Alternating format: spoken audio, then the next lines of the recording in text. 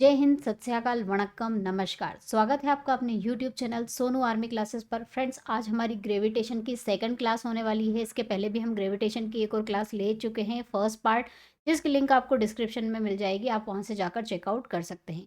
तो आज हम करेंगे सेकंड पार्ट और ग्रेविटेशन के जो बचे हुए क्वेश्चन हैं आज हम इस पार्ट में कंप्लीट कर देंगे। और फ्रेंड्स, इसकी जो पीडीएफ है आपको मिल जाएगी सोनू आर्मी क्लासेस ऐप पर, जहां पर आपको फ्री क्लासेस के अंदर फिजिक्स की क्लास के अंदर इसकी पीडीएफ अवेलेबल हो जाएगी विद वीडियो। तो आप वहां पर जाकर इसको चेकआउट कर सकते हैं अगर आपको पीडीएफ देखना है तो चलिए इस क्लास को हम स्टार्ट कर लेते हैं बिना किसी देरी के। चलिए फ्रेंड्स, क्वेश्चन देख लेते हैं। गुरुत्वीय त्वरण की गणना करने का सूत्र, ये आईएमपी फॉर्मूला है, इसको रट लीजिए क्योंकि इस पर बेस्ड बहुत सारे क्वेश्चन बनते हैं। गुरुत्वीय क्षेत्र यानी गुरुत्वीय त्वरण है, उसका फॉर्मूला क्या होता है? Gm/r², जहाँ पर m क्या होता है?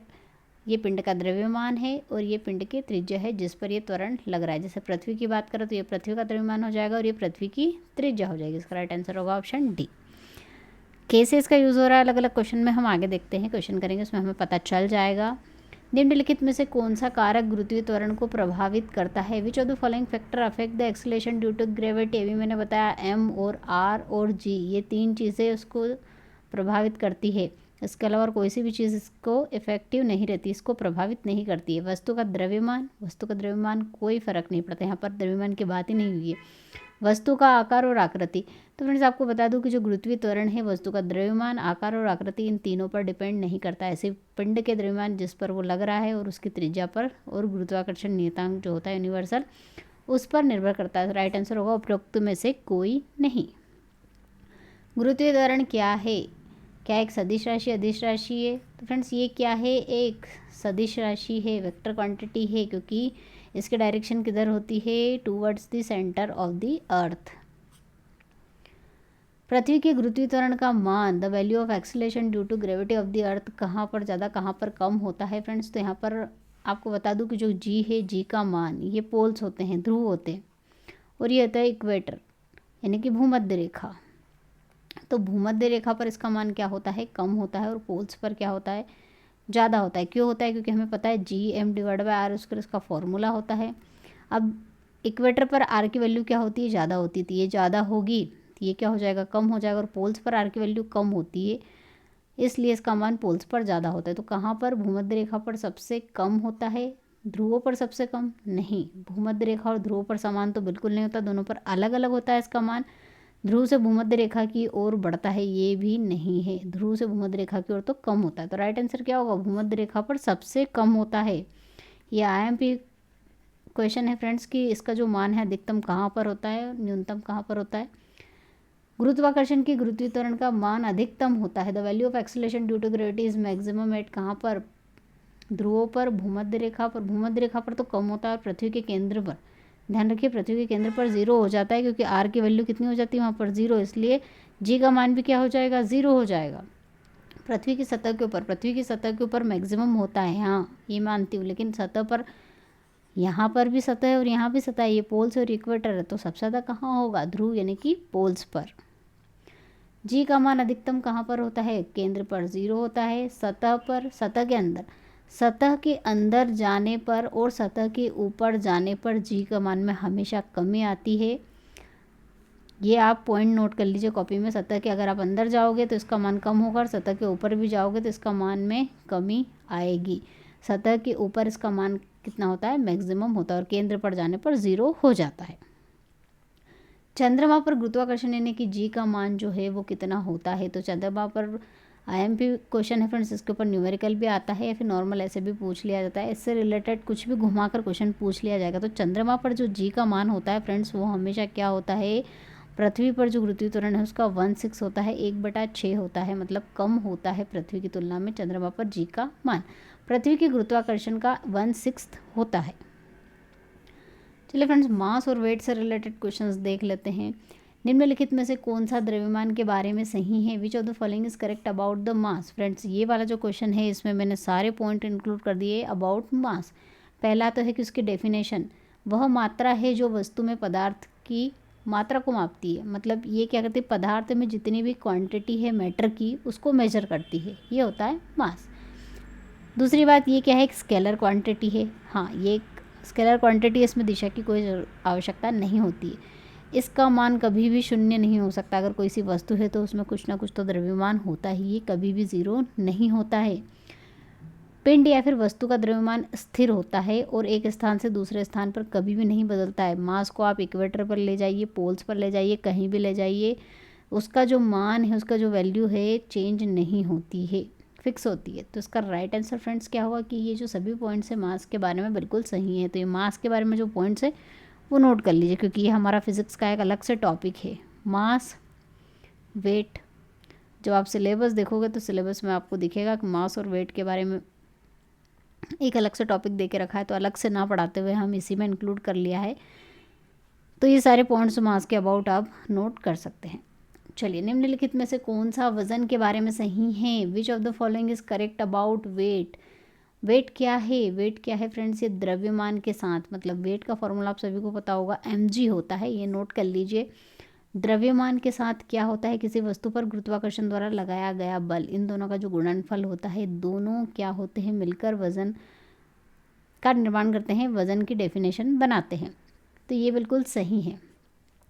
ये क्या है? एक सदिश राशि है। क्यों? क्योंकि जी भी क्या है? एक सदिश राशि है, तो ये भी क्या होगा? सदिश राशि होगा। पिंड का भार एक स्थान से दूसरे स्थान पर बदलता रहता है। हाँ, क्योंकि जी का मान भी चेंज होगा तो भार भी क्या हो जाएगा? चेंज होगा। इक्वेटर पर इसका मान कम होगा, पोल्स पर इसका मान ज़्यादा होगा। तो इसका राइट आंसर क्या होगा? उपरोक्त सभी। एक पिंड का द्रव्यमान देके रखा है 1 किलोग्राम, इसका भार कितना होगा? तो भार क्या होता है? mg। द्रव्यमान कितना है? 1 किलोग्राम दे के रखा है। जी की वैल्यू कितनी? 9.8 होती है, तो इसके मान कितना आएगा? 9.8। और हमेशा ध्यान रख लीजिए इसकी जो यूनिट है, मास की ऐसा यूनिट क्या होती है वो आप नोट कर लीजिए, किलोग्राम। और जो भार होता है उसकी क्या होगी? न्यूटन, क्योंकि ये क्या है? एक तरह से फोर्स है ये। तो 9.8 न्यूटन। एक आदमी का वजन पृथ्वी पर इतना है, तो चंद्रमा पर कितना होगा? तो चंद्रमा पर उसका कितना होगा? पृथ्वी का जो भी वजन होगा उसका 1/6 होगा। तो ये आप कितना आ जाएगा? चंद्रमा पर उसका वजन 100 न्यूटन। एक अंतरिक्ष यात्री को उसके अंतरिक्ष यान में पृथ्वी की परिक्रमा करते समय क्या अनुभव होता है? An astronaut experience while orbiting the earth in the space craft. अगर स्पेस क्राफ्ट में बैठा व्यक्ति बैठा नहीं रहता है, वो उड़ता ही रहता है, उसको क्या अनुभव होता है? भारहीनता, वेटलेसनेस का फीलिंग होती है उसे। ये वेटलेसनेस क्या है? भारहीनता एक तरह से सेंसेशन है ये। एक्चुअल में उसका वजन तो ज़ीरो होगा नहीं, लेकिन क्या होता है कि सैटेलाइट क्या होती है? पृथ्वी के आसपास घूमती रहती है, तो सैटेलाइट में जो व्यक्ति बैठा हुआ है उसको उसके वेट के अपोजिट फोर्स नहीं मिल पाता है। वेट कब फील होता है फ्रेंड्स? वेट वजन तब फील होता है जब हमें कोई अपोजिट सरफेस से अपोजिट फोर्स लग रहा हो। तो अपोजिट कोई फोर्स लगता नहीं है, इसलिए उसे क्या? भारहीनता है, वेटलेसनेस का अनुभव होता है। ऊंचाई से स्वतंत्र रूप से गिरती हुई वस्तु का भार। अगर स्वतंत्र रूप से वस्तु गिर रही है तो उसमें कोई भी सतह उसके संपर्क में नहीं आ रही है, मतलब इसका भार कितना होगा? 0। वेटलेसनेस की फीलिंग होगी उसको। भारहीनता होती है। भारहीनता फ्रेंड्स क्या होती है? कब होती है? तो ये जो ग्रेविटेशन है इसकी जो 0 कंडीशन होती है उसको कहा जाता है भारहीनता। यदि पृथ्वी का गुरुत्वाकर्षण बल अचानक लुप्त हो जाता है तो क्या होगा? What will happen if the earth gravitational force suddenly disappear. हटा दो जी को, जी है ही नहीं, शून्य कर दो, तो क्या होगा? वस्तु का द्रव्यमान बढ़ेगा। द्रव्यमान पर फ्रेंड्स जी का कोई फर्क नहीं पड़ता है। एम पर g, M is not depend on g. वस्तु का भार जो डब्ल्यू है वो डिपेंड करता है जी पर। तो द्रव्यमान में तो कोई फ़र्क नहीं पड़ेगा, भार में ज़रूर फ़र्क पड़ेगा। अब क्या फ़र्क पड़ेगा वो देख लेते हैं। वस्तु का भार तथा द्रव्यमान दोनों शून्य हो जाएंगे? नहीं, वस्तु का द्रव्यमान शून्य हो जाएगा परंतु भार नहीं। वस्तु का भार क्या हो जाएगा? शून्य हो जाएगा, क्योंकि जी का मान शून्य हो जाएगा तो भार भी क्या हो जाएगा? शून्य हो जाएगा, 0 हो जाएगा। बट इसका जो मास है वो रिमेन सेम रहेगा, कोई चेंज नहीं होगा। एक व्यक्ति कृत्रिम उपग्रह में भारहीनता का अनुभव करता है क्योंकि पृथ्वी के कारण लगा आकर्षण बल। क्या क्यों एक सैटेलाइट में व्यक्ति को भारहीनता का अनुभव होता है? क्योंकि ग्रेविटेशनल फोर्स तो लगता है उसके ऊपर, लेकिन फिर भी वेटलेसनेस का उसे इफेक्ट होता है, भारहीनता का अनुभव होता है। क्यों? क्योंकि जो गुरुत्वाकर्षण बल है वो किसके द्वारा बैलेंस हो जाता है? अभिकेंद्री बल के द्वारा बैलेंस हो जाता है, इसलिए उसको भारहीनता का अनुभव होता है। पृथ्वी की सतह पर जी का आभासी मान होगा यदि पृथ्वी घूमना बंद कर दे, तो क्या होगा? Apparent value of g on the surface of the earth, earth stop rotating. हर जगह पर बढ़ जाएगा, हर जगह पर घट जाएगा। तो फ्रेंड्स आपको बता दूं कि जब पृथ्वी घूमती है तो ऐसे घूमती है, पोल्स के अबाउट घूमती है। तो पोल्स पर तो फिक्स रहती है, लेकिन घूमती कहाँ पर, इक्वेटर के अबाउट इसका मान चेंज होता है। मतलब इसकी रोटेशन का इफेक्ट कहाँ पर, इक्वेटर यानी कि भूमध्य रेखा पर पड़ता है, ध्रुवों पर नहीं पड़ता। ध्रुवों पर कोई फर्क प्रभाव नहीं पड़ता है। तो जी का मान जो है ध्रुवों पर तो सेम रहता है, लेकिन इक्वेटर पर क्या हो जाता है, चेंज हो जाएगा, क्योंकि वो घूमना बंद कर देगी। तो इफेक्ट किसके ऊपर होगा, भूमध्य रेखा पर। तो पहला और दूसरा ऑप्शन तो गलत सिद्ध हो गए। हर जगह एक जैसा भी नहीं होता है, कुछ स्थानों पर बढ़ेगा हाँ, और अन्य स्थानों पर समान हो जाएगा। बढ़ेगा कहाँ, इक्वेटर पर बढ़ जाएगा, और पोल्स पर एक जैसा रहेगा, पोल्स पर कोई इफेक्ट नहीं होता। इसका राइट आंसर होगा ऑप्शन डी। पृथ्वी पर जी का मान उस ग्रह से कितना होगा जिसका द्रव्यमान और त्रिज्या पृथ्वी के द्रव्यमान और त्रिज्या का 1/3 है। तो यहाँ पर जी डैश अगर हम मान ले तो क्या होगा, जी एम डैश और आर डैश का स्क्वायर, ये फॉर्मूला होता है। अब यहाँ पर एम डैश जो है उन्होंने कहा 1/3 पृथ्वी की द्रव्यमान का, और त्रिज्या भी इन्होंने क्या कही है, 1/3 होगी पृथ्वी की त्रिज्या की। वैल्यू पुटअप कर देते हैं।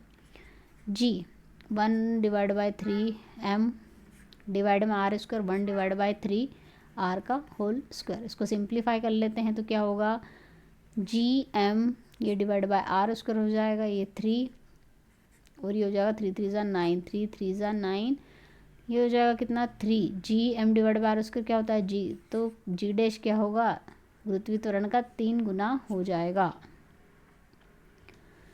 यदि पृथ्वी की सतह पर गुरुत्वीय त्वरण है तो पृथ्वी की त्रिज्या के बराबर ऊंचाई पर गुरुत्वीय त्वरण क्या होगा।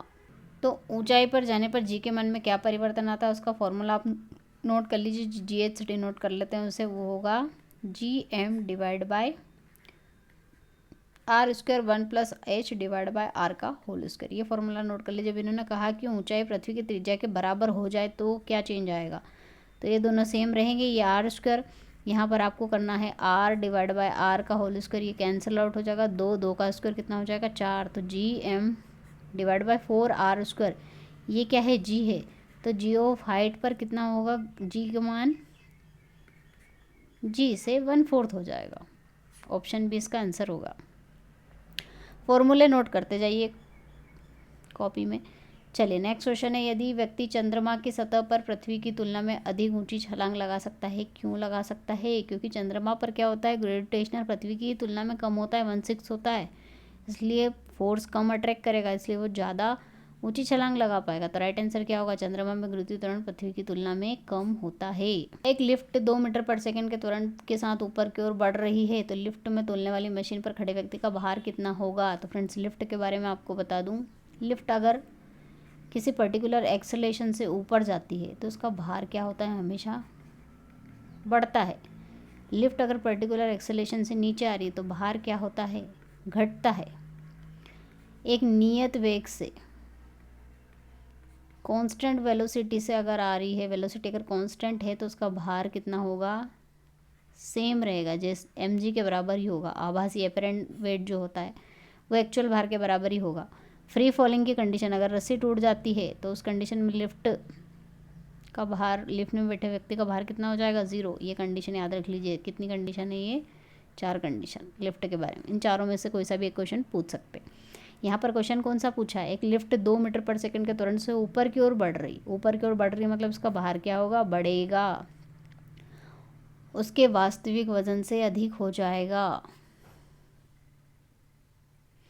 एक लिफ्ट एक समान वेग से नीचे जा रही है, एक समान वेग, ध्यान रखिएगा, एक समान कांस्टेंट वेलोसिटी से नीचे आ रही है, तो लिफ्ट में तोलने वाली मशीन पर खड़े व्यक्ति का भार कितना होगा, उसके वास्तविक वजन के बराबर ही होगा। अभी मैंने आपको कंडीशन सारी बता दी, उसमें हमने बताया था यूनिफॉर्म वेलोसिटी अगर है, एक समान वेग है, तो उसका भार वास्तविक भार के बराबर ही आता है। चलिए नेक्स्ट क्वेश्चन है, ग्रह की गति में कौन सी राशि संरक्षित रहती है। तो फ्रेंड्स ग्रह के जो गति करते हैं तो गति करने में कौन सी राशि संरक्षित रहती है, उसकी कोणीय संवेग, एंगुलर मोमेंटम संरक्षित रहता है। स्थितिज ऊर्जा संरक्षित नहीं होती, गतिज ऊर्जा नहीं, क्योंकि वेग संरक्षित नहीं होता है, और रैखिक गति तो वो करता ही नहीं है।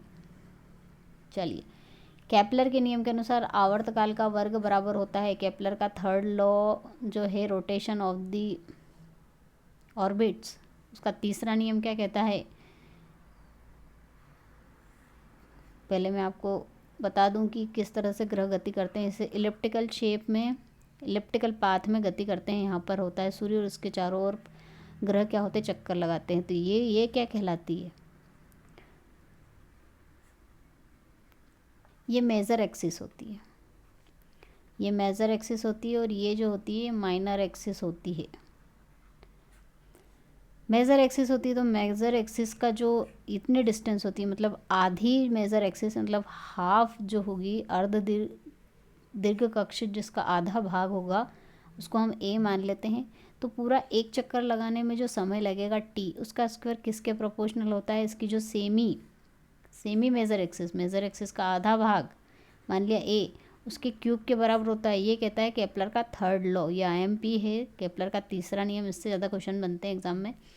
तो केपलर के नियम के अनुसार आवर्तकाल का वर्ग किसके बराबर होता है, अर्ध दीर्घ अक्ष के घन के बराबर।